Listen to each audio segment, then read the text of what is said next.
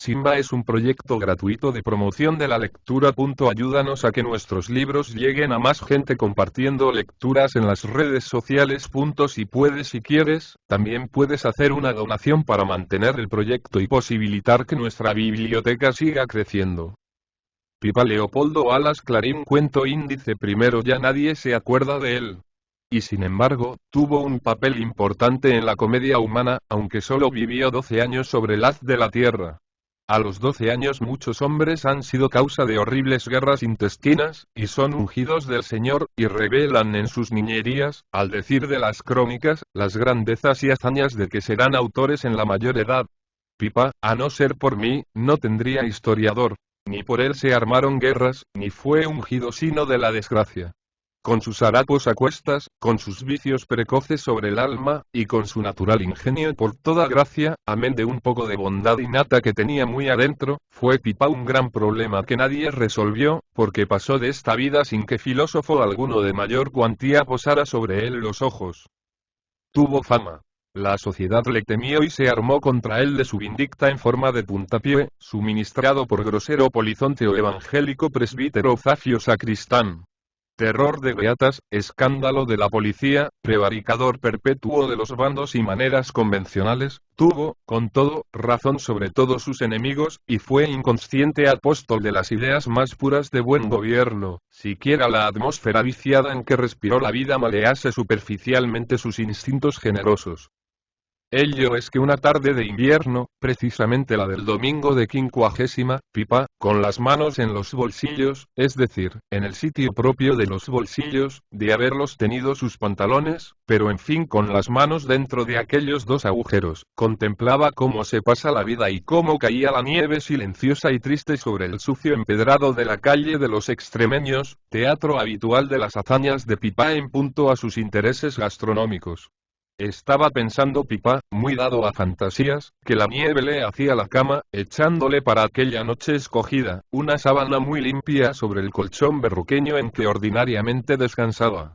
Porque si bien Pipa estaba domiciliado, según los requisitos de la ley, en la morada de sus señores padres, era el rapaz amigo de recogerse tarde. Y su madre, muy temprano, cerraba la puerta, porque el amo de la casa era un borracho perdido que si quedaba fuera no tenía ocasión para suministrar a la digna madre de familia el pie de paliza que era de fórmula, cuando el calor del hogar acogía al sacerdote del templo doméstico.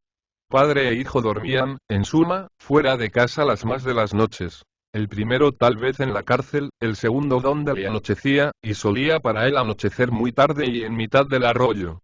No por esto se tenía Pipa por desgraciado, antes le parecía muy natural, porque era signo de su emancipación prematura, de que él estaba muy orgulloso. Con lo que no podía conformarse era con pasar todo el domingo de carnaval sin dar una broma, sin vestirse, que buena falta le hacía, y dar que sentir a cualquier individuo, miembro de alguna de las instituciones sus naturales enemigas, la Iglesia y el Estado. Ya era tarde, cerca de las 4, y como el tiempo era malo iba a oscurecerse todo muy pronto.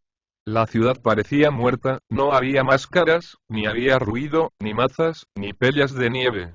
Pipa estaba indignado con tanta indiferencia y apatía. ¿Dónde estaba la gente? ¿Por qué no acudían a rendirle el homenaje debido a sus travesuras? ¿No tenía el derecho de embromar, desde el zapatero al rey, a todos los transeúntes? Pero no había transeúntes.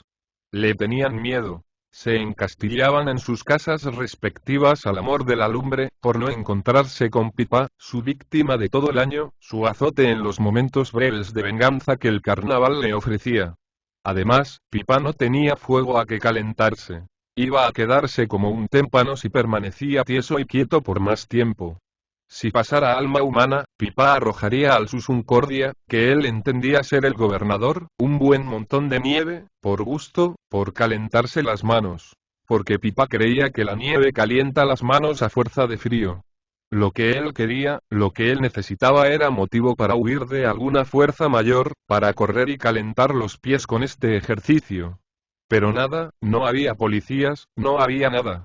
No teniendo a quien molestar decidió atormentarse a sí mismo. Colocó una gran piedra entre la nieve, anduvo hacia atrás y con los ojos cerrados desde alguna distancia y fue a tropezar contra el canto. Abriendo los brazos cayó sobre la blanca sábana. Aquello era deshacer la cama. Como 2 minutos permaneció el pillete sin mover pie ni mano, tendido en cruz sobre la nieve como si estuviera muerto. Luego, con grandes precauciones, para no estropear el vaciado, se levantó y contempló sonriente su obra. Había hecho un Cristo soberbio. Un Cristo muy chiquitín, porque Pipá, puesto que tuviera 12 años, medía la estatura ordinaria a los 8. Anda tú, arrastrao, gritó desde lejos la señora Sofía, la bandera. Anda tú, que así no hay ropa que baste para vosotros. Anda, que si tu madre te viera, mejor sopapoy. Pipá se irguió. La señora Sofía. Pues no había olvidado que estaba allí tan cerca aquella víctima propiciatoria. Como un lobo que en el monte nevado distinguiese entre lo blanco el vellón de una descarriada oveja, así Pipá sintió entre los dientes correr una humedad dulce, al ver una broma pesada tan a la mano, como caída del cielo. Todo lo tramó bien pronto, mientras contestaba a la conminación de la vieja sin una sola palabra, con un gesto de soberano desprecio que consistía en guiñar los ojos alternativamente, apretar y extender la boca enseñando la punta de la lengua por uno de los extremos. Después, con paso lento y actitud humilde, se acercó a la señora Sofía, y cuando estaba muy cerca se sacudió como un perro de lanas, dejando sobre la entrometida la bandera la nieve que él había levantado consigo del santo suelo. Llevaba la comadre en una cesta muy ancha varias enaguas, muy limpias y almidonadas, con puntilla fina para el guardapiés. Con la indignación vino de la cabeza a la tierra la cesta, que se deshizo de la carga, rodando todo sobre la nieve. Pipá, rápido, como César, en sus operaciones, cogió las más limpias y bordadas con más primor entre todas las enaguas y vistiéndoselas como pudo, ya puesto en salvo, huyó por la calle de los extremeños arriba, que era una cuesta y larga. El señor Benito, el doctor, del comercio de libros viejos, tenía su establecimiento, único en la clase de toda la ciudad, en lo más empinado de la calle de extremeños. Mientras la señora Sofía, su digna esposa, gritaba allá abajo, tan lejos, que el marido solo por un milagro de acústica pudiera oír sus justas quejas, Pipá silencioso, y con el respeto que merecen el santuario de la ciencia y las meditaciones del sabio, se aproximaba, ya dentro de la tienda, al vetusto sillón de cuero en que, aprisionada la enorme panza, descansaba el ilustre doctor y digería, con el último llantar, la no muy clara doctrina de un infolio que tenía entre los brazos. Leía sin cesar el inteligente librero de viejo, y eran todas las disciplinas buenas y corrientes para su enciclopédica mollera. El orden de sus lecturas no era otro sino el que la casualidad prescribía. Lo mejor que la casualidad, que dicen los estadistas que no existe, regía el método y marcha de aquellas lecturas, el determinismo económico de las clases de tropa, estudiantil y demás gente ordinaria. A fines de mes solía empapar su espíritu el señor Benito, del comercio de libros, en las páginas del Colón, ordenanzas militares, que dejaba en su poder, como la oveja el vellón en las zarzas del camino, algún capitán en estado de reemplazo. Pero lo más común y trillado era el trillo y el cuadrillo, es decir que los estudiantes, de bachiller abajo, suministraban al doctor el pasto espiritual ordinario. Y era de admirar la atención con que abismaba sus facultades intelectuales, que algunas tendría, en la aritmética de Cardín, la geografía de Palacios y otros portentos de la sabiduría humana. El doctor leía con anteojos, no por presbita, sino porque las letras que él entendiera habían de ser como puños, y así se las fingían los cristales de aumento. Mascaba lo que leía y leía a media voz, como se reza en la iglesia a coro. Porque no oyéndolo, no entendía lo que estaba escrito. Finalmente, para pasar las hojas recurría a la vía húmeda, quiero decir, que las pasaba con los dedos mojados en saliva. No por esto dejaba de tener bien sentada su fama de sabio, que él, con mucho arte, sabía mantener íntegra, a fuerza de hablar poco y mesurado y siempre por sentencias, que ora se le ocurrían, ora las tomaba de algún sabio de la antigüedad. Y alguna vez se le oyó citar a Séneca con motivo de las excelencias del mero, preferible a la merluza, a pesar de las espinas. Pero lo que había coronado el edificio de su reputación, había sido la prueba fehaciente de un libro muy grande, donde, aunque parezca mentira, veía, el que sabía leer, impreso con todas sus letras el nombre del doctor Benito Gutiérrez, en una nota marginal, que decía al pie de la letra: Topamos por nuestra aventura con el precioso monumento de que se habla en el texto, al revolver papeles viejos en la tienda de don Benito Gutiérrez, del comercio de libros, celoso acaparador de todos los infolios y cucuruchos de papel que a le ponen a la mano. Sabía Pipá todo esto, y reconocía, como el primero, la autenticidad de toda aquella sabiduría, mas no por eso dejaba de tener al señor Benito por un tonto de capirote, capaz de tragar las más grandes que la catedral. Que entre ser bobo y muy leído no había para el redomado pillete una absoluta incompatibilidad. Tanta lectura no había servido al doctor para salir de pobre, ni de su esposa Sofía, calamidad más calamitosa que la miseria misma, y juzgaba Pipá algo abstracta aquella ciencia, aunque no la llamase de este modo ni de otro alguno. Y ahora advierto que estas y otras muchas cosas que pensaba Pipá las pensaba sin palabras, porque no conocía las correspondientes del idioma, ni le hacían falta para sus conceptos y juicios. Digan lo que quieran en contrario algunos trasnochados psicólogos. El doctor notó la presencia de Pipá porque éste se la anunció con un pisotón sobre el pie gotoso.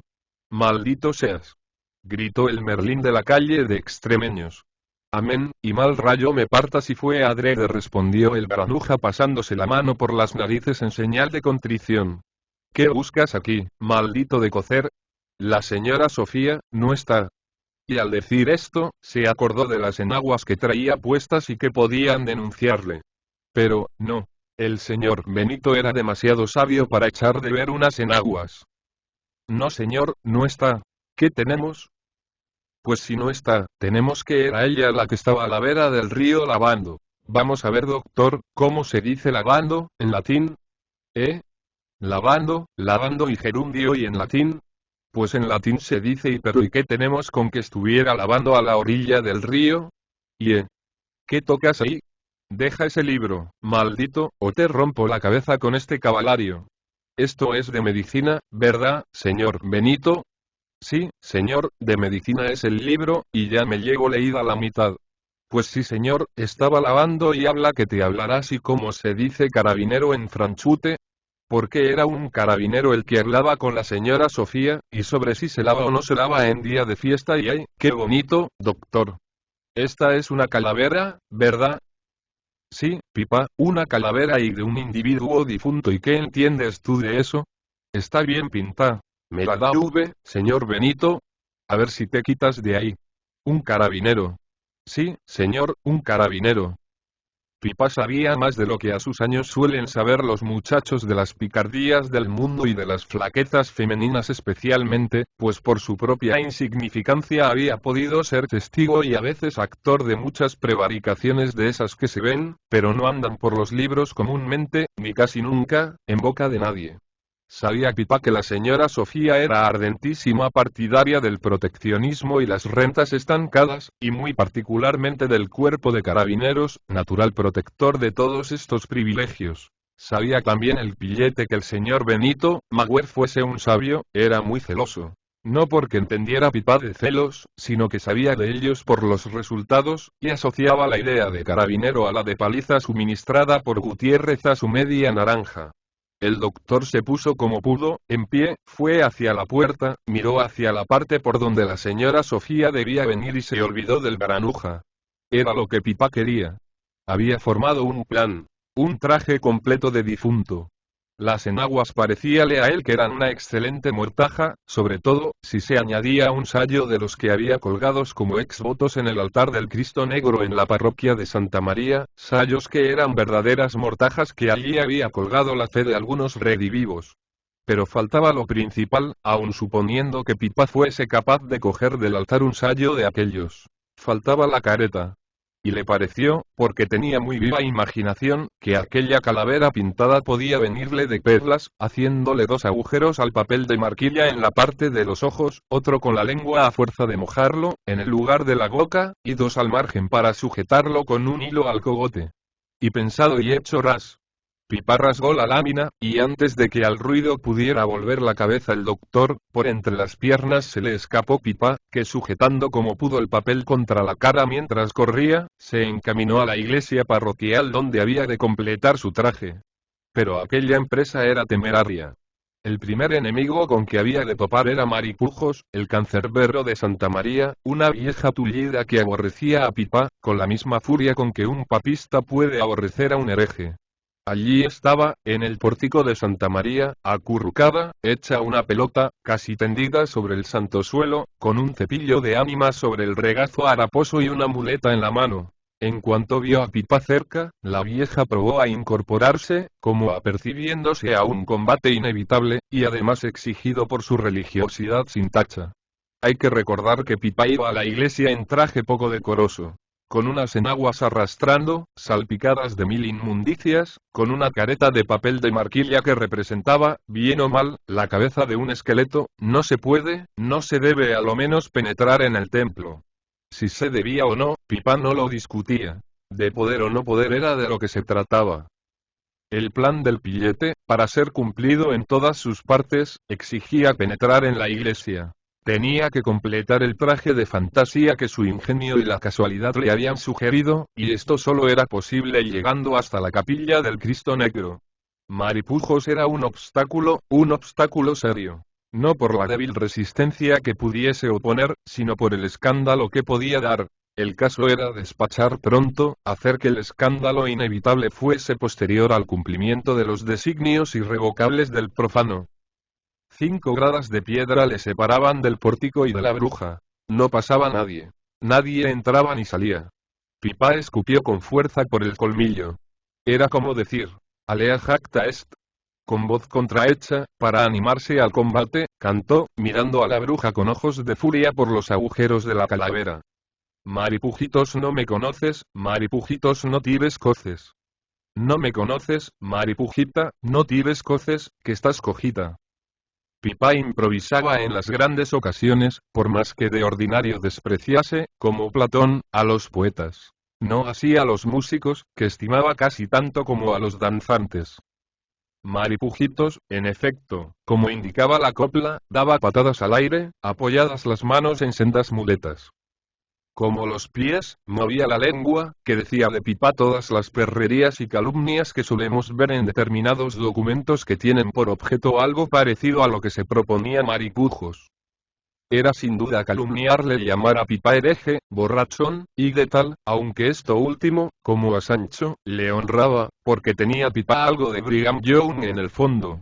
No era Pipá hereje, porque no se había separado de la iglesia ni de su doctrina, como sucede a tantos y tantos filósofos que no se han separado tampoco. Pipá no era borracho ni era borrachín, porque ni su edad, ni lo somero del vicio merecían el aumentativo. Bebía aguardiente porque se lo daban los zagales, los de la tralla, que eran, como ya veremos, los únicos soberanos y legisladores que por admiración y respeto acataba el indomable Pipá, aspirante a delantero en sus mejores tiempos, cuando no le dominaba el vicio de la holganza y de la flanerie. Sobre lo que fuera su madre, Pipá no discutía, y él era el primero en lamentarse de los desvíos de su padre, que en los raros momentos de lucidez se entregaba al demonio de la duda en punto a la legitimidad de su unigénito, que acaso ni sería unigénito, ni suyo. Quedarían pues todos los argumentos y apóstrofes de Maripujos vencidos, si Pipá hubiese querido contestar en forma. Pero mejor político que muchos gobiernos liberales, el granuja de la calle de extremeños prefirió dar la callada por respuesta y acometer la toma del templo mientras la guardia vociferaba. Mas oh contratiempo. Oh fatalidad. De pronto, se le presentó un refuerzo en la figura del monaguillo a la Euménide del pórtico. Era Celedonio. El enemigo mortal de Pipá. El Wellington de aquel Napoleón, el Escipión de aquel Aníbal, pero sin la grandeza de Escipión, ni la bonhomie de Wellington. Era en suma, otro pillo famoso, pero que había tenido el acierto de colocarse del lado de la sociedad. Era el protegido de las beatas y el soplón de los policías. La Iglesia y el Estado tenían en Celedonio un servidor fiel por interés, por cálculo, pero mañoso y servil. Ah.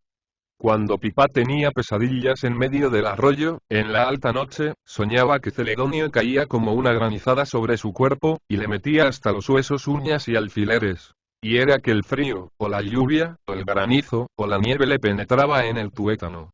Porque en realidad Celedonio nunca había podido más que Pipá. Siempre en sus luchas frecuentes, había caído encima como don Pedro, aunque a menudo algún Beltrán Duguesclin, correligionario de Celedonio, venía a ponerlo de arriba abajo ayudando a su señor. Estas y otras felonías, a más del instintivo desprecio y antipatía, causaban en el ánimo de Pipá, generoso de suyo, vértigos de ira, y le hacían cruel, implacable en sus vendettas. Si Pipá y Celedonio se encontraban por azar en lugar extraviado, ya se sabe, Celedonio huía como una liebre y Pipá le daba caza como un galgo. Magullábale sin compasión, y valga la verdad, dejábale por muerto. Aunque muchas veces, cuando los agravios del ultramontano no eran recientes, prefería su enemigo a los golpes contundentes, la burla y la befa que humillan y duelen en el orgullo. Celedonio miró a Pipá que estaba allá abajo, en la calle, y aunque se creyó seguro en su castillo, en el lugar sagrado, sintió que los pelos se le ponían de punta. Conoció a Pipá por avisos del miedo, porque, parte por el disfraz, parte por lo oscuro que se quedaba el día, no podía distinguirle. Poco antes lo mismo había sucedido a Maripujos. «Ven acá, ángel de Dios», gritó la bruja envalentonada con el refuerzo. «Ven acá y aplasta a ese sapo que quiere entrar en la casa del Señor con sus picardías y sus trapajos a cuestas. Arrímale, San Miguel, arrímale y písale las tripas al diablo». San Miguel se tentaba la ropa, que era talar y de bayeta de un rojo chillón y repugnante, y no se atrevía a pisarle las tripas al diablo. Quería dar largas al asunto para esperar más gente. Agarrándose al cancel, por estar más seguro en el sagrado, escupió como un héroe, y no sin tino, sobre el sitiador audaz, que ciego de ira y más ahora conviene que nos detengamos a explicar y razonar las creencias religiosas y filosóficas de Pipá, en lo esencial por lo menos, antes de que algún fanático preocupado se apresure a desear la victoria al ángel del Señor, el mayor pillete de la provincia. Siendo así que la merecía sin duda el hijo de Pingajos, que así llamaban a la señora madre de nuestro protagonista. Y Pipá era maniqueo. Creía en un diablo todopoderoso, que había llenado la ciudad de dolores, de castigos, de persecuciones. El mundo era de la fuerza, y la fuerza era mala enemiga. Aquel dios o diablo unas veces se vestía de polizonte, y en las noches frías, húmedas, oscuras, aparecíasele a Pipá envuelto en ancho capote con negra capucha, cruzado de brazos, y alargaba un pie descomunal y le hería sin piedad, arrojándole del quicio de una puerta, del medio de la acera, de los soportales o de cualquier otro refugio al aire libre de los que la casualidad le daba al pillete por guarida de una noche. Otras veces el dios malo era su padre que volvía a casa borracho, su padre, cuyas caricias aún recordaba Pipá, porque cuando era él muy niño algunas le había hecho. Cuando venía con la mona venía en rigor con el diablo. La mona era el diablo, era el dolor que hacía reír a los demás, y a Pipá y a su madre llorar y sufrir palizas, hambres, terrores, noches de insomnio, de escándalo y discordia. Otras veces el diablo era la bruja que se sienta a la puerta de la iglesia, y el sacristán que le arrojaba del templo, y el pillastre de más edad y más fuertes puños que sin motivo ni pretexto de razón le maltrataba. Era el dios malo también el mancebo de la gótica que para curarle al mísero pilluelo dolores de muelas, sin piedad le daba a beber un agua que le arrancaba las entrañas con el asco que le producía. Era el demonio fuerte, en forma más cruda, pero menos odiosa, el terrible frío de las noches sin cama, el hambre de tantos días, la lluvia y la nieve.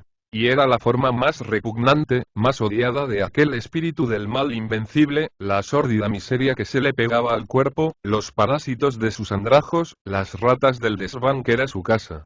Y por último, la burla, el desprecio, la indiferencia universal, especie de ambiente en que Pipá se movía, parecíanle leyes del mundo, naturales obstáculos de la ambición legítima del poder vivir. Todos sus conciudadanos maltrataban a Pipá siempre que podían, cada cual a su modo, según su carácter y sus facultades. Pero todos indefectiblemente, como obedeciendo a una ley, como inspirados por el gran poder enemigo, incógnito, al cual Pipá ni daba un nombre siquiera, pero en el que sin cesar pensaba, figurándoselo en todas estas formas, y tan real como el dolor que de tantas maneras le hacía sentir un día y otro día. También existía el dios bueno, pero este era más débil y aparecíase a Pipá menos veces. Del dios bueno recordaba el pillastre vagamente que le hablaba su madre cuando era él muy pequeño y dormía con ella. Se llamaba Papa Dios y tenía reservada una gran ración de confites para los niños buenos allá en el cielo. Aquí en la tierra solo comían los dulces los niños ricos, pero en cambio no los comerían en el cielo. Allí serían para los niños pobres que fueran buenos. Pipá recordaba también que estas creencias que había admitido en un principio sin suficiente examen, se habían ido desvaneciendo con las contrariedades del mundo. Pero en formas muy distintas había seguido sintiendo al Dios bueno. Cuando en la misa de gloria, el día de Pascua de Resurrección, sentía el placer de estar lavado y peinado, pues su madre, sin falta, en semejante día cuidaba con esmero del tocado del pillete. Y sentía sobre su cuerpo el fresco lino de la camisa limpia. Y en la catedral, al pie de un altar del crucero, tenía en la mano la resonante campanilla sujeta a una cadena como forzado al grillete. Cuando oía los acordes del órgano, los cánticos de los niños de coro, y aspiraba el olor picante y dulce de las flores frescas, de las hierbas bien olientes esparcidas sobre el pavimento, y el olor del incienso, que subía en nubes a la bóveda.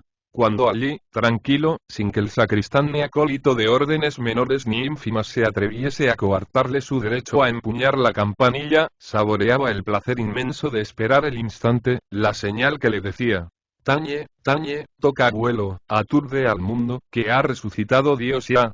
Entonces, en tan sublimes momentos, Pipá, hermoso como un ángel que sale de una crápula y con un solo aleteo por el aire puro, se regenera y purifica, con la nariz hinchada, la boca entreabierta, los ojos pasmados, soñadores, llenos de lágrimas, sentía los pasos del Dios bueno, del Dios de la alegría, del desorden, del ruido, de la confianza, de la orgía inocente y tocaba la campanilla del altar con frenesí, con el vértigo con que las bacantes agitaban los tirsos y hacían resonar los rústicos instrumentos. Por todo el templo el mismo campanilleo. ¡Qué alegría para el pillastre!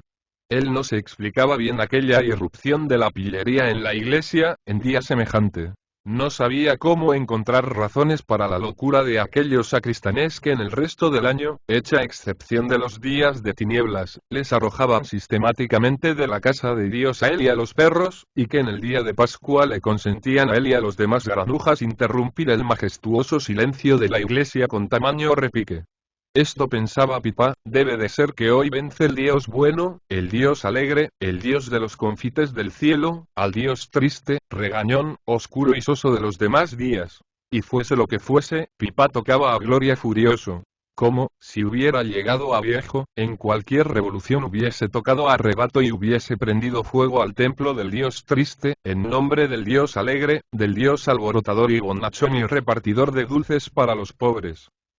Otra forma que solía tomar el Dios compasivo, el Dios dulce, era la música. En la guitarra y en la voz quejumbrosa y ronca del ciego de la calle de Extremeños y en la voz de la niña que le acompañaba, oía Pipá la dulcísima melodía con que canta el Dios de que le habló su madre. Sobre todo en la voz de la niña y en el bordón majestuoso y lento. Cuántas horas de muchos días tristes y oscuros y lluviosos de invierno, mientras los transeúntes pasaban sin mirar siquiera al señor Pablo ni a la pistañina, su nieta, Pipá permanecía en pie, con las manos en el lugar que debieran ocupar los bolsillos de los pantalones, la gorra sin visera echada hacia la nuca, saboreando aquella armonía inenarrable de los ayes del bordón y de la voz flautada, temblorosa y penetrante de la pistañina. Qué serio se ponía Pipá oyendo aquella música. Olvidábase de sus picardías, de sus bromas pesadas y del papel de bufón público que ordinariamente desempeñaba por una especie de pacto tácito con la ciudad entera. Iba a oír a la pistañina como Trigoulet iba a ver a su hija. Allí los cascabeles callaban, perdían sus lenguas de metal, y sonaba el cascabel que el bufón lleva dentro del pecho, el latir de su corazón. Pipá veía en la pistañina y en Pablo el ciego, cuando tañían y cantaban, encarnaciones del Dios bueno, pero ahora no vencedor, sino vencido, débil y triste. Llegábanle al alma aquellos cantares, y su monótono ritmo, lento y suave, era como arrullo de la cuna, de aquella cuna de que la precocidad de la miseria había arrojado tan pronto a Pipá para hacerle correr las aventuras del mundo. Y dejábamos a Pipá, cuando interrumpí mi relato para examinar sus creencias a la ligera, en el acto solemne de disponerse a atacar la fortaleza de la casa de Dios, que defendían la bruja Pujitos y el monaguillo, y más que monaguillo pillastre, Celedonio. Sucedió, pues, que Celedonio, bien agarrado al cancel, arrojaba las inmundicias de su cuerpo sobre Pipa, que desde la calle sufría el desprecio con la esperanza de una pronta y terrible venganza. Maripujos daba palos al pavimento, porque a Pipa no llegaba la jurisdicción de sus muletas. Miró Pipa en derredor. La plaza estaba desierta. Nevaba. Empezaba a oscurecer. Era, como César, rápido en la ejecución de sus planes el pillete, y viendo que el tiempo volaba, arremetió de pronto, como acomete el toro, gacha la cabeza. Subió los escalones, extendió el brazo, y cogiendo al monaguillo por la fingida púrpura de la talar vestimenta, arrancóle del sagrado a que se acogía y le hizo rodar buen trecho fuera de la iglesia, por el santo suelo. Arrojóse encima como fiera sobre la presa, y vengando en Celedonio todas las injurias que el mundo le hacía, con pies, manos y dientes dióle martirio, pisándole, golpeándole con los puños cerrados y clavando en sus carnes los dientes cuando el furor crecía. Poco tardó el monaguillo en abandonar la defensa. Exánime yacía. Y entonces atrevióse Pipa a despojarle de sus atributos eclesiásticos. Vistióselos él como pudo, y despojándose de la carreta que guardó entre las ropas, entró en la iglesia, venciendo sin más que un puntapié la débil resistencia que la impedida Maripujos quiso oponerle. Dentro del templo ya era como de noche. Pocas lámparas brillaban aquí y allá sin interrumpir más que en un punto las sombras. Parecía desierto. Pipa avanzó, con cierto recelo, por la crujía de las capillas de la izquierda. No había degotas en la primera ni en la segunda. Al llegar a la del Cristo Negro como llamaba el pueblo al crucifijo de tamaño natural que estaba sobre el altar, Pipa se detuvo. Allí era. A un lado y otro del Cristo, colgados de la abundante y robusta vegetación de madera pintada de oro que formaba el retablo, había infinidad de exvotos. Brazos, piernas y cabezas de ángeles de cera amarilla, muletas y otros atributos de las lacerías humanas, y además algunas mortajas de tosca tela negra con ribetes blancos. Valga la verdad, Pipa, olvidando por un instante que todos los cultos merecen respeto, de un brinco se puso en pie sobre el altar, descolgó una mortaja, y encima de su ropa de monaguillo, vistiósela con cierta coquetería, sin pensar ya en el peligro, entregado todo el espíritu a la novedad del sacrilegio. Cuando ya estuvo vestido de muerto volvió a acomodar sobre el rostro la careta de papel de marquilla que él creía figuraba perfectamente las facciones de un esqueleto. Y ya iba a saltar del profanado tabernáculo, cuando oyó pasos y ruido de faldas que se aproximaban. Era una beata que venía a rezar una especie de última hora a los pies del Cristo Negro. Pipa procuró esconderse entre las sombras, apretando su diminuto cuerpo contra el retablo. Las oscilaciones de una luz que brillaba en una lámpara a lo lejos, a veces dejaban en lo oscuro la mortaja de Pipa, pero otras veces la iluminaban haciéndola destacarse en el fondo dorado de la madera. Pipa permaneció inmóvil. La beata, que era una pobre vieja, rezaba a sus pies, con la cabeza inclinada. No le veía. Esperaré a que concluya, pensó Pipa. Buena determinación para llevada a cabo.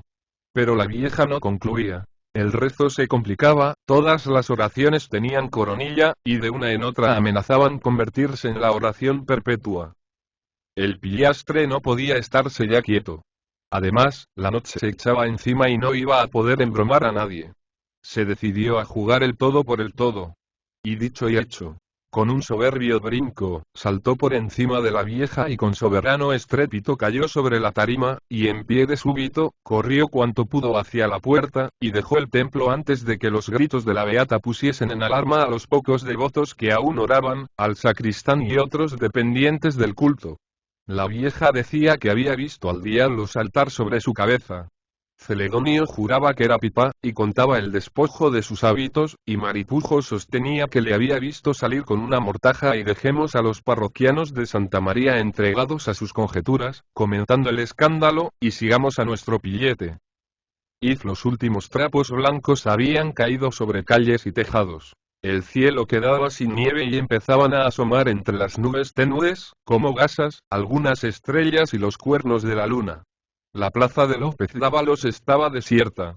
El jardinillo del centro sin más adornos que magros arbolillos desnudos de hojas y cubiertos los pelados ramos de nieve, se extiende delante de la gran fachada del palacio de Híjar, de la marquesa viuda de Híjar.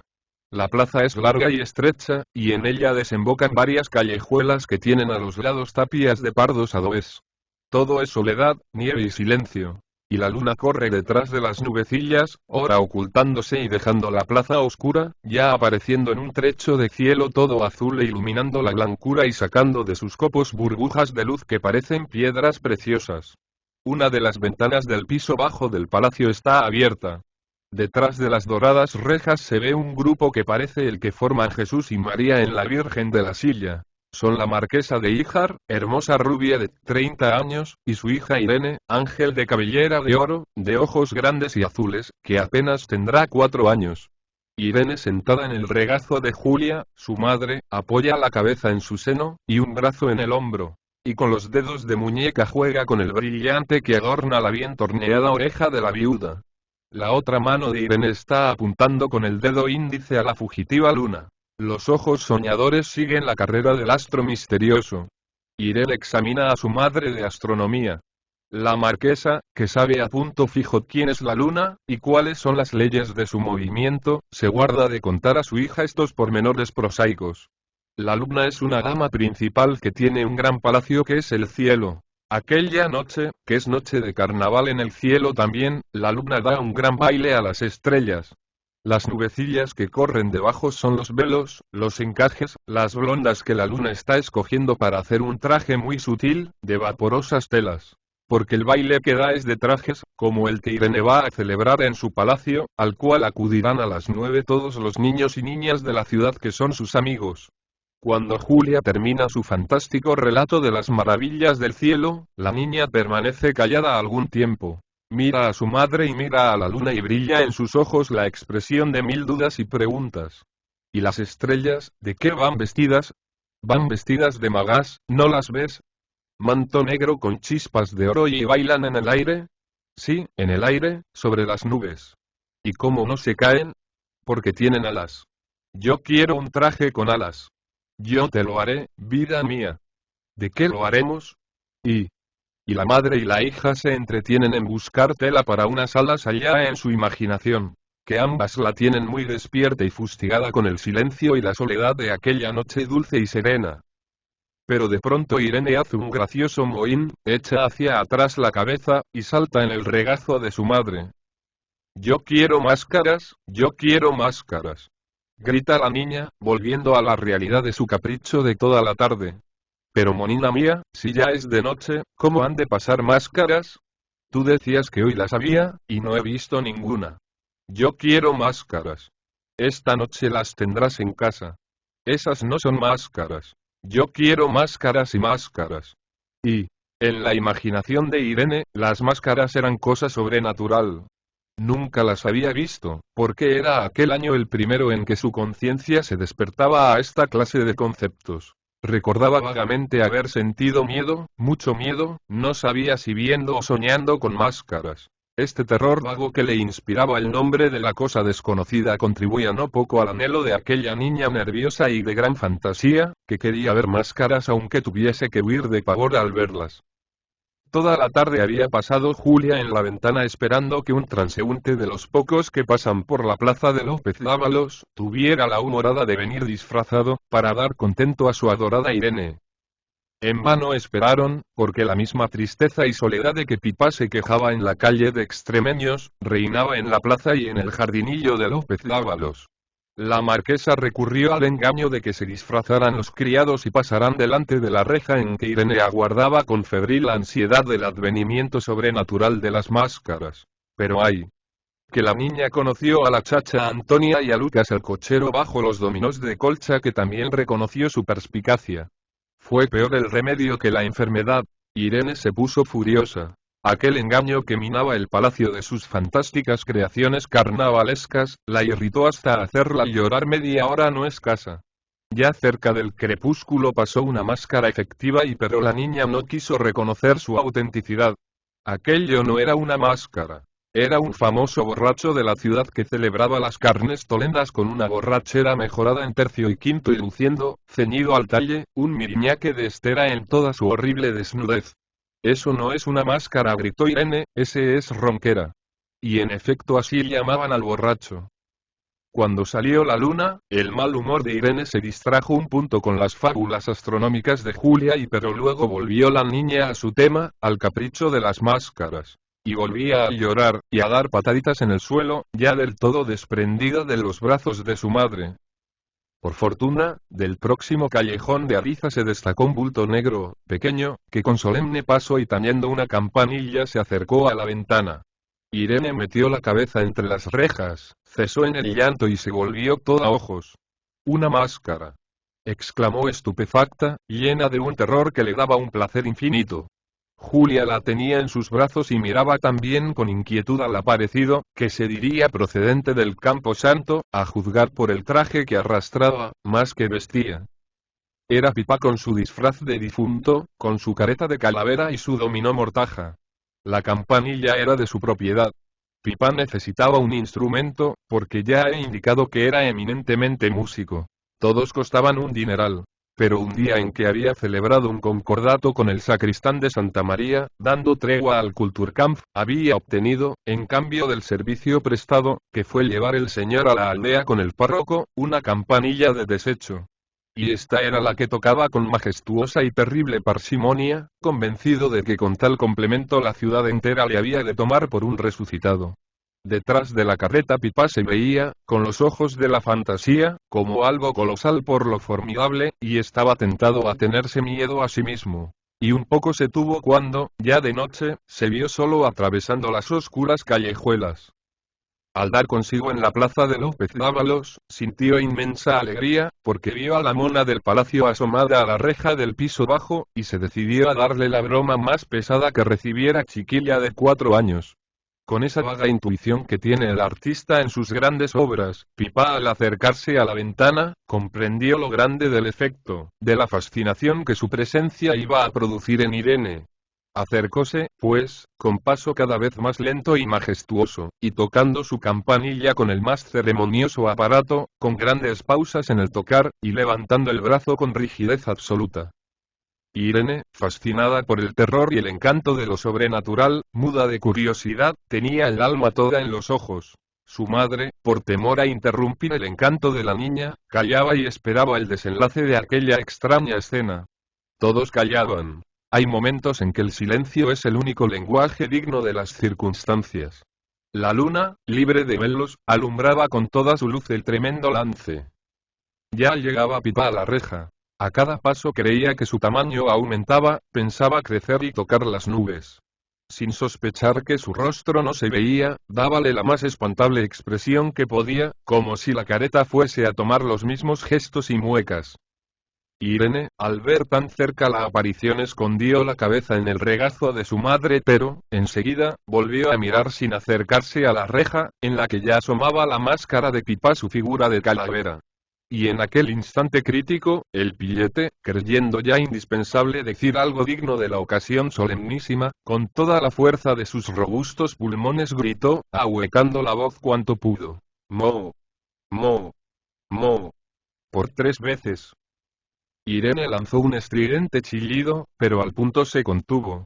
Prefirió temblar de terror a prescindir del encanto que la tenía fascinada. Se había puesto palidilla y trémula. Que no se vaya», dijo a su madre, que, asustada al ver en tal estado a la niña, apostrofaba a Pipá enérgicamente y le amenazaba con la escoba de los criados. Pipá sufrió un desencanto. ¿Cómo? A un muerto, a un resucitado, a un fantasma se le amenazaba con escobazos lacayunos y... Pero no prevaleció lo de la escoba, porque la voluntad de Irene se interpuso, reclamando nuevos alaridos a la máscara. «Mo, mo», repitió Pipá, alentado con el buen éxito. «Que entre la máscara», dijo entonces Irene, que se iba familiarizando con el terror y lo sobrenatural. A Pipá no le pareció bien la idea de convertirse en fantasma manso. Aquellas transacciones las creía indignas de su categoría de aparecido. Así que, al ver a Lucas el cochero que se le acercaba ofreciéndole franca entrada en el palacio, sin manifestar pizca de miedo ni de respeto, Pipá protestó con 2 o 3 coces que animaron más que ofendieron al criado. Y quieras, que no quieras, sujeto por una oreja, tuvo que entrar el fantasma en el gabinete donde con ansia que le daba fiebre, esperaba Irene, refugiada en los brazos de su madre. Era un camarín divino, como diría Echegaray o cualquier imitador suyo, aquel en cuyos umbrales se vio Pipa Bellis Nolis.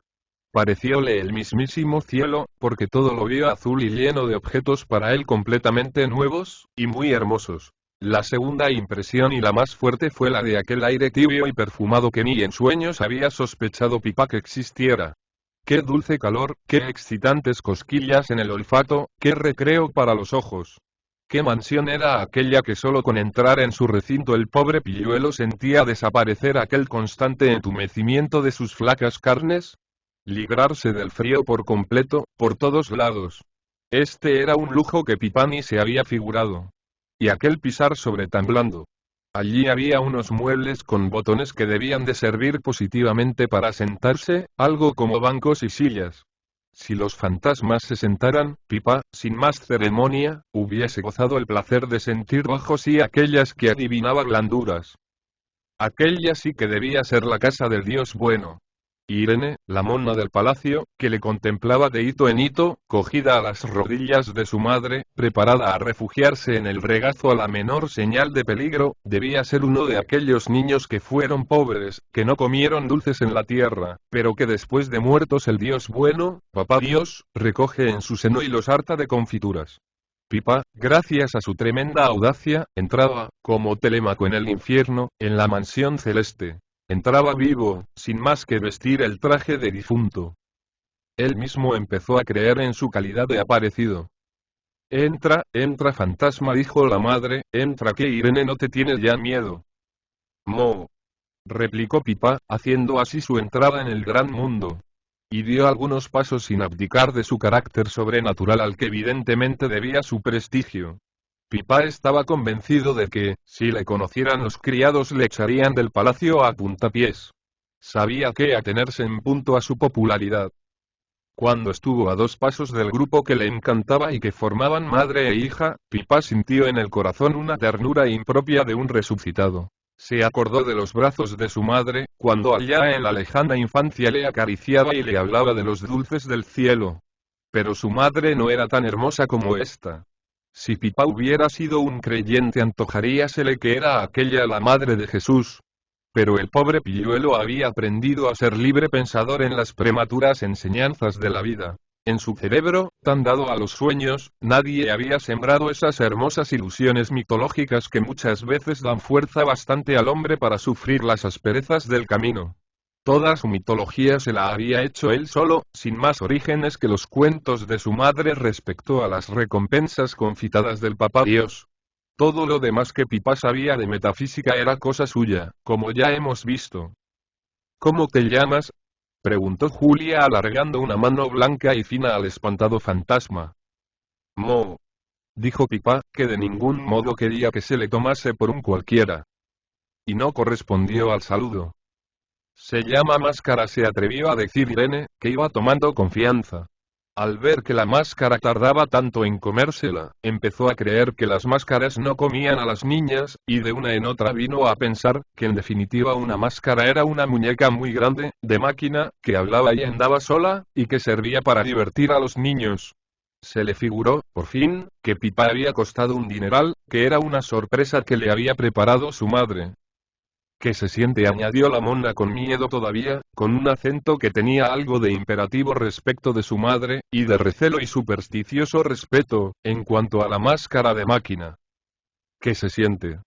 ¿Qué se siente? Mona quería probar el juego mecánico de Pipa. Si podía doblar las piernas su valor aumentaba mucho. Mas hay. Que Pipa era de los que se rompen, pero no se doblan. Los fantasmas no se sientan, estuvo por decir, pero toda explicación la juzgaba indigna de su categoría de muerto y dio la callada por respuesta. ¿No tienes lengua, máscara?, preguntó Julia. Mo. Rugió Pipa, y sacó la lengua por mitad de la húmeda cartulina que le servía de careta. Irene estaba encantada. Pipa era el juguete más admirable que había tenido en su vida. Grandes esfuerzos costó a la viuda satisfacer el deseo de su hija, que se empeñó en que Pipa hablase, por lo mismo que a ella le parecía cosa imposible.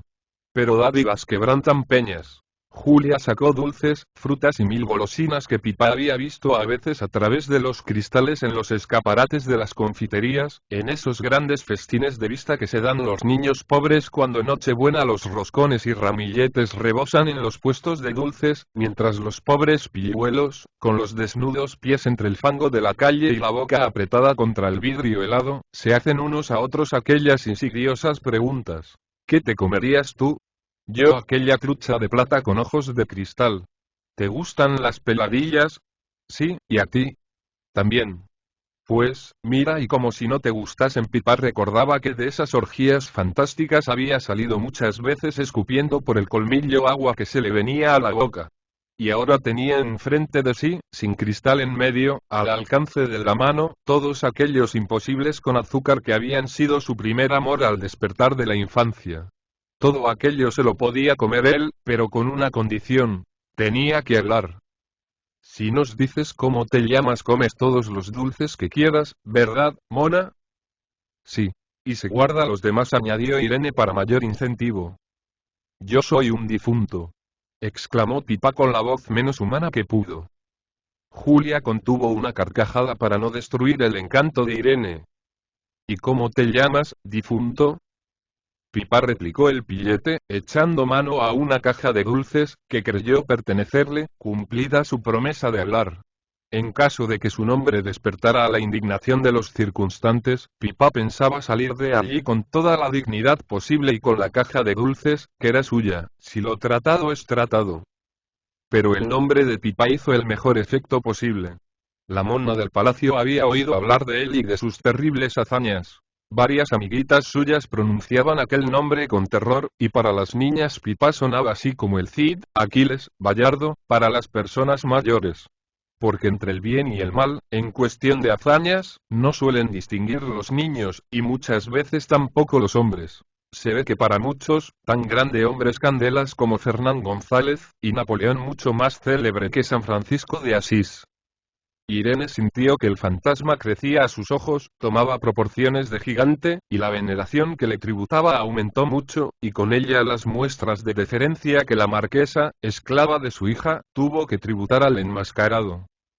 Roto el silencio, la conversación fue animándose poco a poco, y aunque Pipa no renunció por completo al papel de ser sobrenatural que representaba, sin embargo, estuvo dignamente locuaz y comió muchos dulces y bebió no pocos tragos de licores deliciosos, que él no sabía que existiesen. Irene llegó en su audacia hasta cogerle una mano al fantasma. La marquesa viuda de Híjar quiso que Pipa se despojase de la carreta, pero ni la niña ni el fantasma lo consintieron. Tener aquel objeto de sublime horror casi bajo su dominio, aquella fiera domesticada, era el mayor placer imaginable para la niña de viva imaginación. Quiero que Pipa se quede al baile, dijo con ese tono especial de los que saben que sus palabras son decretos. Pipa aceptó gustoso. Ya estaba dispuesto a todo, y en cuanto al trasnochar, en él era costumbre arraigada. Por más que yo quisiera que mi héroe fuese como el más fino y bien educado de cuantos héroes crearon el cantor de Carlos Grandison o Mirecourt o el mismo Octavio Feruillet, no puedo, sin mentir, afirmar que Pipa estuvo todo lo comedido que debiera en el comer y en el beber. Valga la verdad, estuvo hasta grosero.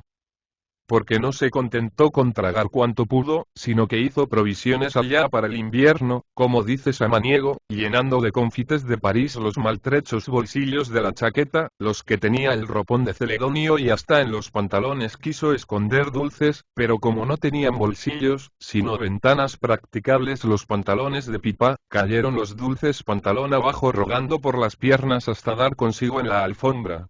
Este contratiempo, que hubiera desorientado a otro, Pipa lo vio sin más cuidado que el de recoger las desparramadas golosinas y acomodarlas donde pudo, siendo dentro de la jurisdicción de su indumentaria.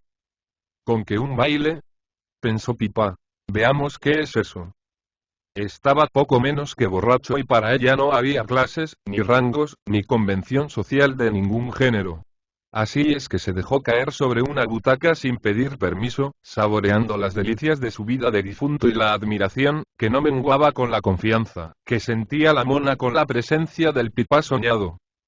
Llegó la hora en que Irene tuvo que ir a vestirse su traje de baile, de toda etiqueta, con cola muy larga, gran escote y guantes de 8 a 10 botones. Primero Irene tuvo el capricho de trocar este traje, natural en la señora de la casa, por una mortaja como la de Pipa. Julia se opuso, Irene insistió y Pipa tuvo que intervenir con el gran prestigio de su autoridad sobrehumana. ¡Ay, qué boda! ¿Crees tú que este traje se puede comprar? Muere y entonces tendrás uno. Mo. Mo. Bueno, replicó la mona convencida, pues que venga Pipa a verme vestir. Improper, dijo la institutriz, que había venido a buscar a Irene para llevársela a su boudoir de Angelillo. Pipa no sabía inglés y no entendió lo que la institutriz alegaba para oponerse a tan justa reclamación. Pero al fin venció la honestidad y Pipa quedó solo por algunos momentos en aquel gabinete azul, alumbrado por una luz muy parecida a la luna, pero más brillante, que alumbraba desde cerca del techo, colgada como las lámparas de Santa María. En la soledad se entregó Pipa, sin pizca de vergüenza, a satisfacer la curiosidad del tacto, poniendo mano en todos aquellos muebles, manoseándolo todo con riesgo de romper los objetos delicados que sobre consolas y veladores había. Su gran sorpresa fue la que le produjo el armario de espejo, devolviéndole a la espantada vista la imagen de aquel Pipa sobrenatural que él había ideado al buscar su extraña vestimenta. Pipa contempló el Pipa de cuerpo entero que tenía enfrente, y volvió de súbito a toda la dignidad y parsimonia majestuosa que manifestara en un principio, porque la imagen que le ofrecía el azogue despertó su conciencia de fantasma. Indudablemente Irene tenía razón para tratarle con tanto respeto. Se reconoció imponente. Acercóse al espejo, tocó casi con la nariz en el cristal, y tocó, sin casi, con la lengua. Y aunque esto es también indigno de un héroe, y de cualquier persona formal, cuanto más de un aparecido, es lo cierto que Pipa estuvo lame que te lamerás el espejo. Porque su contacto le refrescaba la lengua que tenía abrasada con el abuso de los licores. Mo. Dijo al fantasma que tenía enfrente, y gesticuló con el aparato de contorsiones que él creía más adecuado al lenguaje mímico del otro mundo. En esta ocupación fantástica le encontró Irene cuando volvió hecha un brazo de mar, convertida en una muñeca como aquellas que la niña tenía y yacían por el suelo en posturas indecorosas y no todas en la perfecta integridad de su individuo. Irene, en traje de baile, con el pelo empolvado, con la majestuosa cola, se creyó digna de Pipa, y tomándole la mano, le dijo solemnemente: «Vamos, que el baile empieza.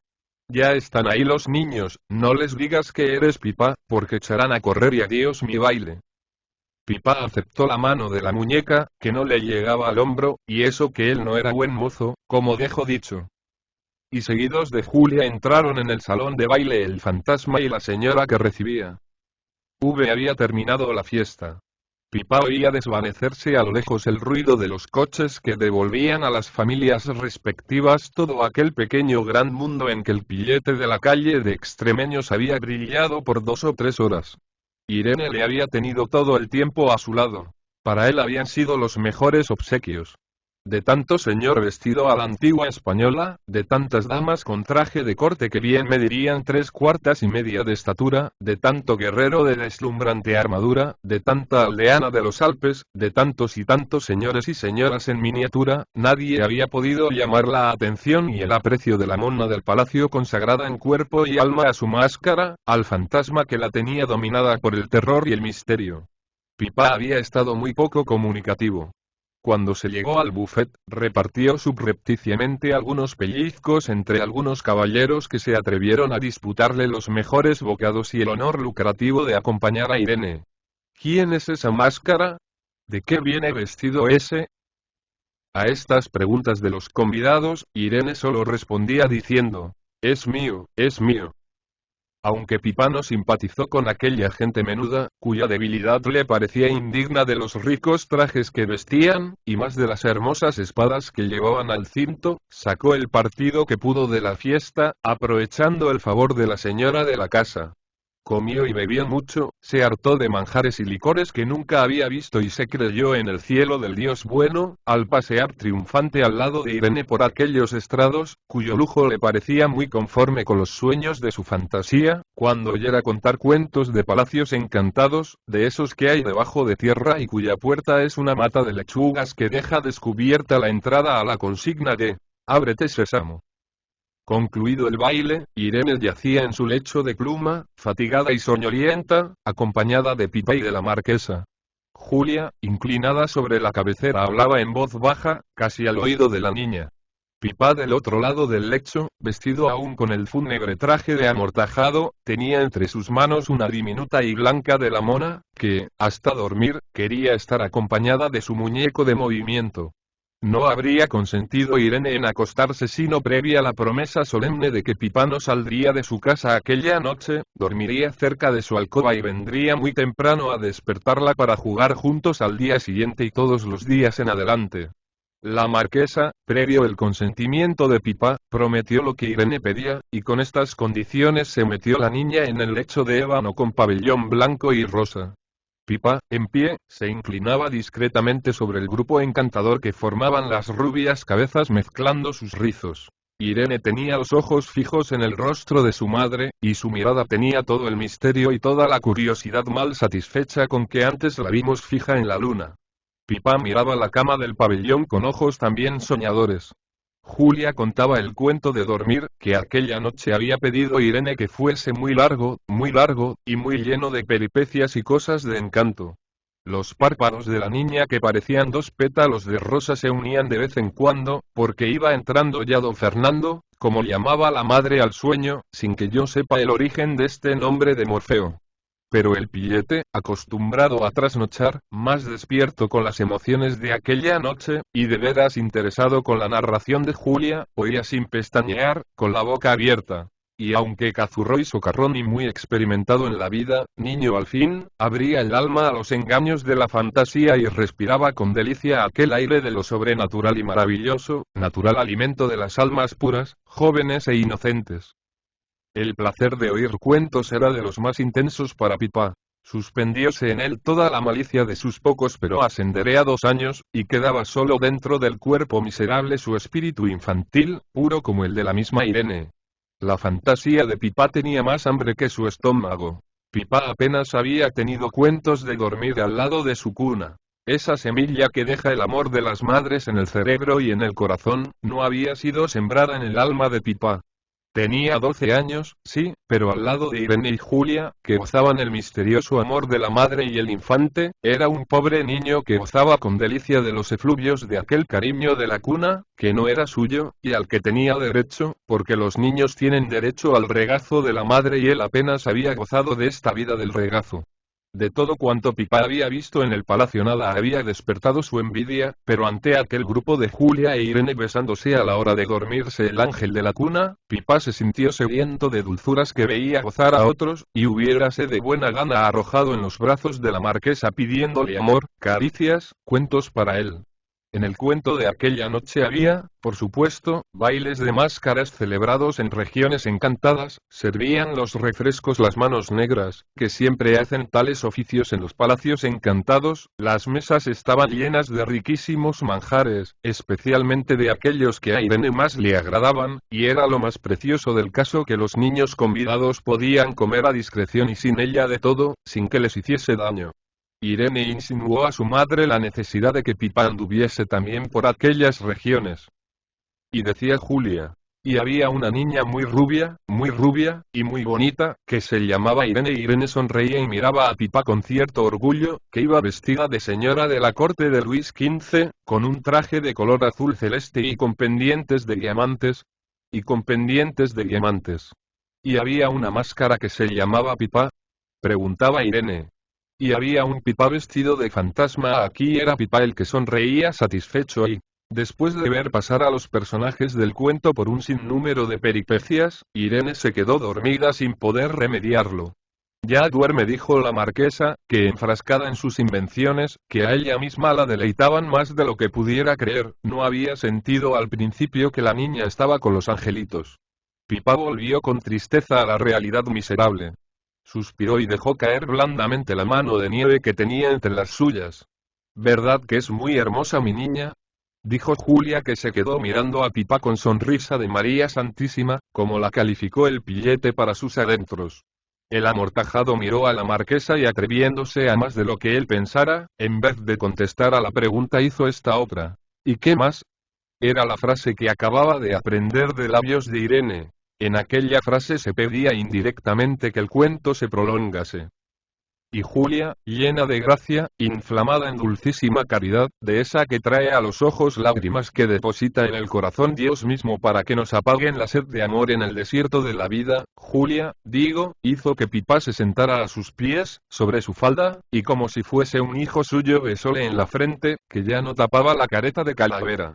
Y eran de ver los pardos ojos de Pipa, puros y llenos de visiones que los hacían serios, siguiendo allá en los espacios imaginarios las aventuras que contaba la marquesa.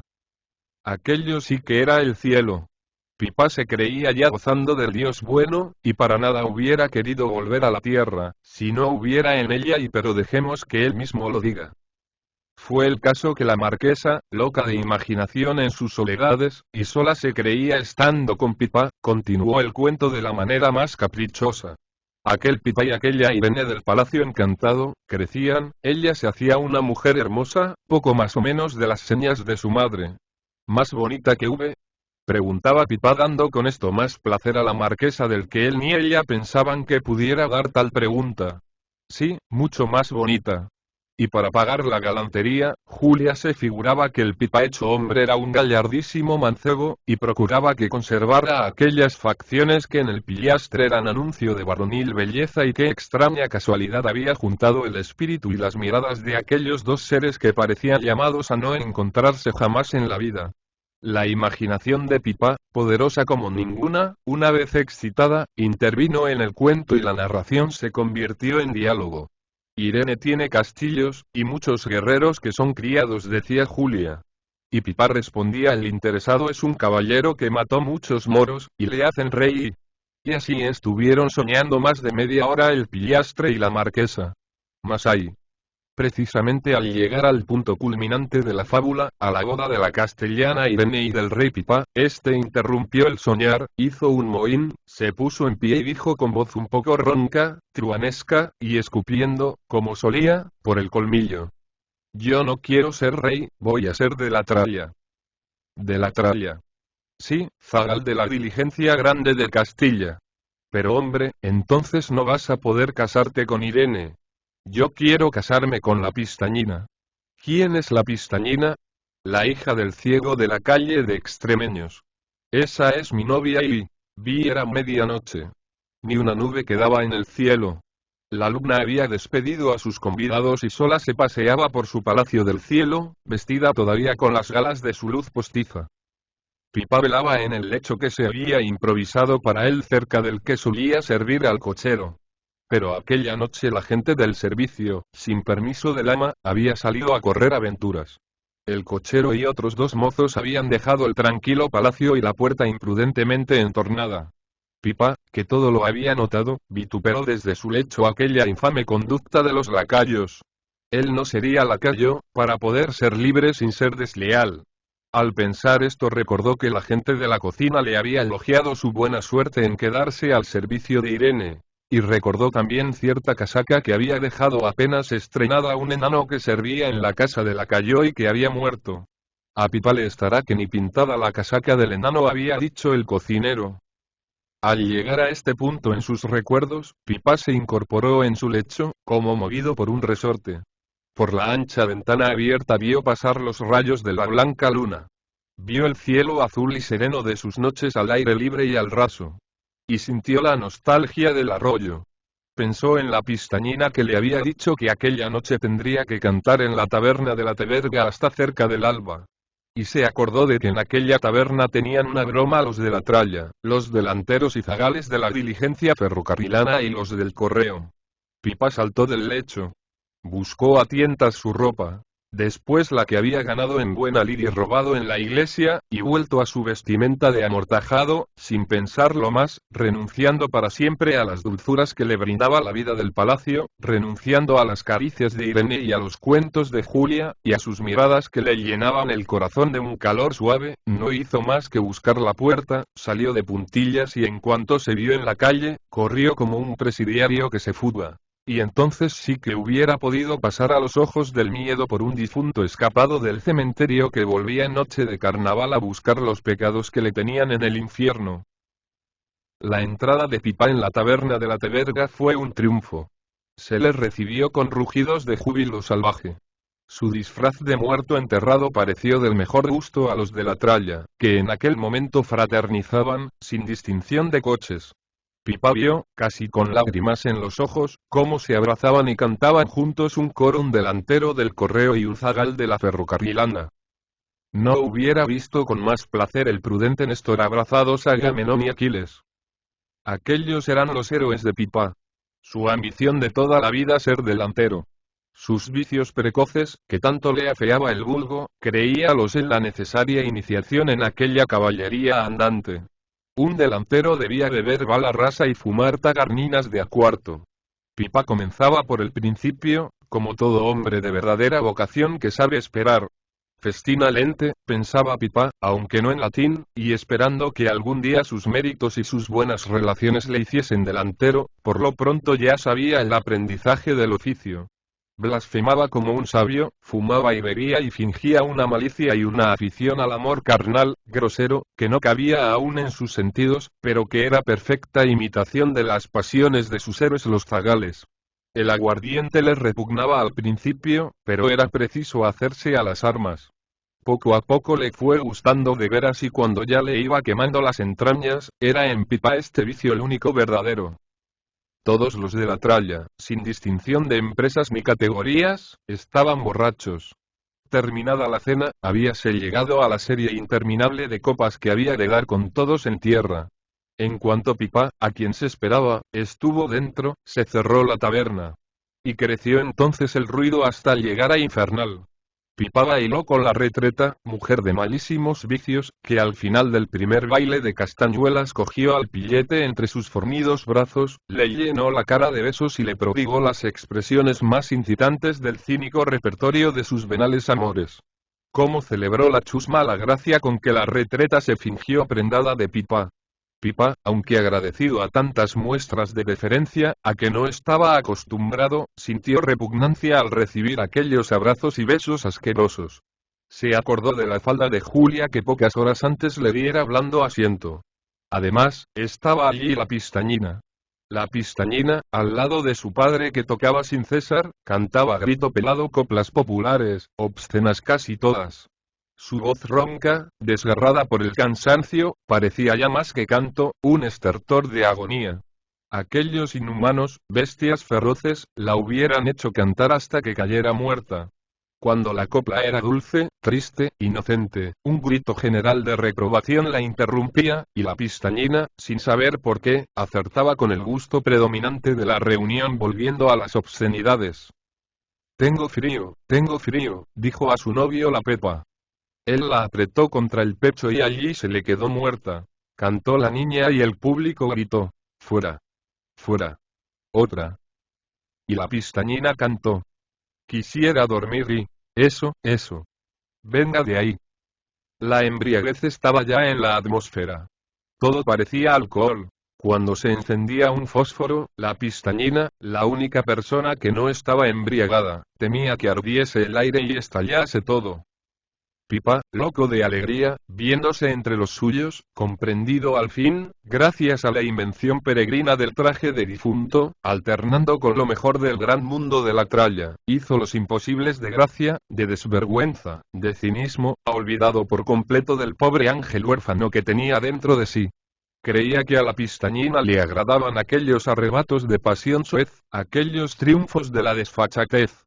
Tanto y tan bueno hizo el pillete, que la concurrencia acordó, con esa unanimidad que solo inspira en las asambleas la borrachera del entusiasmo o el entusiasmo de la borrachera, acordó, celebrar la apoteosis de Pipá, como fin de fiesta. Anticipando los sucesos, quisieron celebrar el entierro de la sardina, enterrando a Pipa. Este prometió asistir impasible a sus exequias. Nadie se acordó allí de los antecedentes que tenía en la historia esta fúnebre excentricidad, y lo original del caso los embriagó de suerte si algo podía ya embriagarlos, que antes hubieran muerto todos como un solo borracho, que renunciar a tan divertido fin de fiesta. Pipa, después de bailar en vertiginoso baile con la retreta, cayó en tierra como muerto de cansancio. Quedó rígido como un cadáver y ante las pruebas de defunción a que le sujetaron los delanteros sus amigos, el pillastre demostró un gran talento en el arte de hacerse el muerto. Tomino è moruto. Dijo un zagal que recordaba esta frase oída a un payaso en el circo, y la oportunidad del dicho fue celebrada con 100 carcajadas estúpidas. È moruto. Moruto. Gritaban todos, y bailaban en rueda, corriendo y atropellándose hombres y mujeres en derredor de Pipa amortajado. Por las rendijas de puertas y ventanas entraba algo de la claridad de la aurora. Los candiles y quinques de fétido petróleo se apagaban, y alumbraban la escena con luz rojiza de siniestros resplandores las teas que habían encendido los de la tralla para mayor solemnidad del entierro. La poca luz que de fuera entraba en rayas quebradas parecía más triste, mezclada con la de aquellas luminarias que envenenaban el aire con el humo de olor insoportable que salía de cada llama temblorosa. En medio de la horrísona gritería, del infernal gargullo, sonaba la voz ronca y desafinada de la pistañina, que sostenía en sus hombros la cabeza de su padre borracho. Blasfemaba el ciego, que había arrojado la guitarra lejos de sí, y vociferaba la pistañina desesperada llorando y diciendo: que se quema la casa, que queman a Pipa, que va a arder Pipa, que las chispas de las teas caen dentro de la pipa. Y nadie oía, nadie tenía conciencia del peligro. Pipa yacía en el suelo pálido como un muerto, casi muerto en realidad, pues su débil cuerpo padecía un síncope que le produjo el cansancio en parte y en parte la embriaguez de tantas libaciones y de tanto ruido. Después fue levantado sobre el pavés y es decir, sobre la tapa de un tonel y colocado, en postura supina, sobre una pipa llena de no sé qué líquido inflamable. ¿Acaso la pipa del petróleo? La pipa estaba sin más cobertera que el pavés sobre el que yacía Pipa, sin sentido. Pipa no está muerto, está borracho, gritó Chiripa, delantero de 13 años. Darle un baño, para que resucite. Se le ocurrió añadir a Pijueta, un zagal cesante y entre Chiripa, Pijueta, la retreta y Ronquera, que estaba en la fiesta, aunque no era de la tralla, zambulleron al ilustre Pipa en el terrible líquido que contenía aquel baño que iba a ser un sepulcro. Nadie estaba en sí. Allí no había más conciencia despierta que la de la pistañina, que luchaba con su padre furioso de borracho. La niña gritaba: que arde Pipa y la danza diabólica se hacía cada vez más horrísona. Unos caían sin sentido, otros con él, pero sin fuerza para levantarse. Inmundas parejas se refugiaban en los rincones para consumar imposibles liviandades, y ya nadie pensaba en Pipa. Una tea mal clavada en una hendidura de la pared amenazaba caer en el baño funesto y gotas de fuego de la resina que ardía, descendían de lo alto apagándose cerca de los bordes de la pipa. El pillastre sumergido, despierto apenas con la impresión del inoportuno baño, hacía inútiles esfuerzos para salir del tonel, mas solo por el vilipendio de estar a remojo, no porque viera el peligro suspendido sobre su cabeza y amenazándole de muerte con cada gota de resina ardiendo que caía cerca de los bordes, y en los mismos bordes de la pipa. Que se abrasa Pipa, que se abrasa Pipa, gritó la pistañina. Los alaridos de la bárbara orgía contestaban. De los rincones en que celebraban asquerosos misterios babilónicos aquellos sacerdotes inmundos salían agudos chillidos, notas guturales, lascivos ayes, ronquidos nasales de maliciosa expresión con que hablaba el placer de la bestia. El humo de las teas, ya casi todas extintas, llenaban el reducido espacio de la taberna, sumiéndola en palpables tinieblas. La luz de la aurora servía para dar con su débil claridad más horror al cuadro espantoso. Brillando como una chispa, como una estrella roja cuyos reflejos atraviesan una nube, se veía enfrente del banco en que lloraba la pistañina la tea suspendida sobre el tonel de Pipa. Pronto morirían asfixiados aquellos miserables, si nadie les avisaba del peligro. Pero no faltó el aviso. La pistañina vio que la estrella fija que alumbraba enfrente, entre las nieblas que formaba el humo, caía rápida sobre el tonel y la hija del ciego dio un grito y que no oyó nadie, ni ella y todos salieron vivos, si no ilesos, del incendio, menos el que se ahogaba dentro de la pipa. Vi es un carbón completo. Lo que somos. No hay quien le conozca. Si no tiene cara. Es un carbón. ¿Y murió alguno más? Dicen que Ronquera. No tal. A Ronquera no se le quemó más que un zapato y que había dejado encima de la mesa creyendo que era el vaso del aguardiente. El público rió el chiste. El gracioso era Celedonio. El público, el coro de viejas que pide a la puerta de Santa María. El lugar de la escena, el pórtico donde Pipa había vencido el día anterior a Celedonio en singular batalla. Pero ahora no le temía Celedonio. Como que Pipa estaba dentro de la caja de enterrar chicos que tiene la parroquia, como esfuerzo supremo de caridad eclesiástica. Y no había miedo que se moviese, porque estaba hecho un carbón completo como decía Maripujos.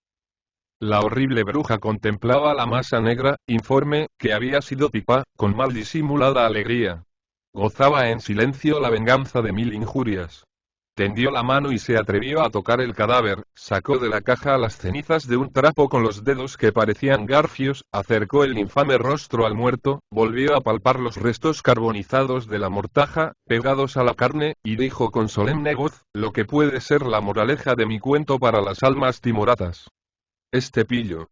Dios castiga sin palo ni piedra y robó al santo la mortaja y de mortaja le sirvió la rapiña y esta es la mortaja que robó ahí dentro. Todas las brujas del corro convinieron en que aquello era obra de la providencia. Y dicha así la oración fúnebre, se puso en marcha el entierro.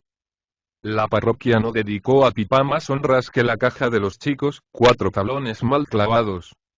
Celedonio dirigía la procesión con traje de monaguillo. Chiripa y Pijueta con otros 2 pilletes llevaban el muerto, que a veces depositaban en tierra, para disputar, blasfemando, quién llevaba el mayor peso, si los de la cabeza o los de los pies. Eran ganas de quejarse. Pipa pesaba muy poco. La popularidad de Pipa bien se conoció en su entierro. Seguían el féretro todos los granujas de la ciudad. Los transeúntes se preguntaban, viendo el desconcierto de la caterva irreverente, que tan sin ceremonia y en tal desorden enterraba a un compañero. ¿Quién es el muerto? Y Celedonio contestaba con gesto y acento despectivos. Nadie, es Pipa. Pipa que murió quemado. Añadían otros pilletes que admiraban al terror de la pillería hasta en su trágica muerte. En el cementerio, Celedonio se quedó solo con el cadáver, esperando al enterrador, que no se daba prisa por tan insignificante difunto. El monaguillo levantó la tapa del féretro, y después de asegurarse de la soledad y escupió sobre el carbón que había dentro. Hoy ya nadie se acuerda de Pipa más que yo. Y Celedonio ha ganado una beca en el seminario. Pronto cantará misa. Oviedo, 1879. Publi.